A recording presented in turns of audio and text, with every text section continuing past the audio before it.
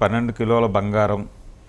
ఇది ప్రతి చోట ప్రతి ప్రభుత్వ కార్యాలయంలోనూ ఉన్నతాధికారుల ఇళ్లలో జరిగేటువంటి చాలా కార్యక్రమాలకి వాళ్ళ నుంచి లబ్ధి పొందినటువంటి ప్రైవేటు వ్యక్తులు బాధ్యత తీసుకుని హడావిడి చేయటం అనేది ఇది ఒక సాంప్రదాయంగా జరుగుతోంది.